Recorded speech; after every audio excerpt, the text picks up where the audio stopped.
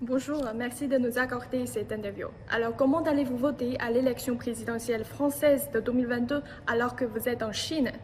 Alors, le consulat français de Wuhan, en fait, a déjà fait des essais il y a quelques mois de vote par Internet. Ils ont fait déjà 2 essais, en fait, pour le premier tour et le deuxième tour, mais pour les élections régionales. Et ça sera, en fait, là, c'était un essai à vide, en fait, à blanc. Du coup, apparemment, ça a bien fonctionné. Ils nous ont demandé des retours pour savoir comment ça s'était passé. Et pour l'élection présidentielle, en fait, ça se passera au consulat. On devra se déplacer, en fait, pour aller au consulat pour pouvoir voter. On ne peut pas le faire par Internet. Pour les élections régionales, ça sera possible, mais pour les élections présidentielles, ça sera uniquement directement au consulat. En tant qu'électeur, quel sujet de discussion vous préoccupe le plus? Ce qui me rapproche le plus, c'est surtout au niveau de l'écologie. En France, c'est vrai qu'il n'y a pas beaucoup pour l'instant, de choses qui sont faites en faveur de l'écologie.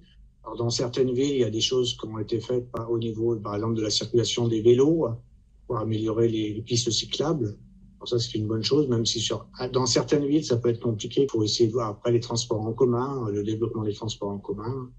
Comme en Chine, à Ukraine, en fait, on voit beaucoup de développement de transports en commun, du métro, des bus sont très très développés par rapport à la France maintenant. Donc je vois un petit peu la différence et les améliorations qui sont faites, même si c'est pas, on peut pas faire ce qui est fait en Chine en France, mais on peut un peu s'inspirer des idées qui sont faites.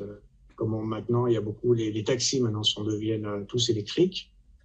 Les bus aussi commencent à être tout à l'électricité, donc c'est des choses bon, ont un rapport à l'écologie et qui vont dans le bon sens pour l'écologie. Quelles sont vos attentes pour cette élection? Que ce soit les choses qui sont promises par les candidats soient tenues, en fait, c'est surtout ça, parce que souvent c'est des grands discours et puis après il y a peu de choses qui sont réalisées, qui sont concrétisées. Donc c'est que les candidats en fait fassent ce qu'ils ont promis ou ce qu'ils ont annoncé dans leur discours.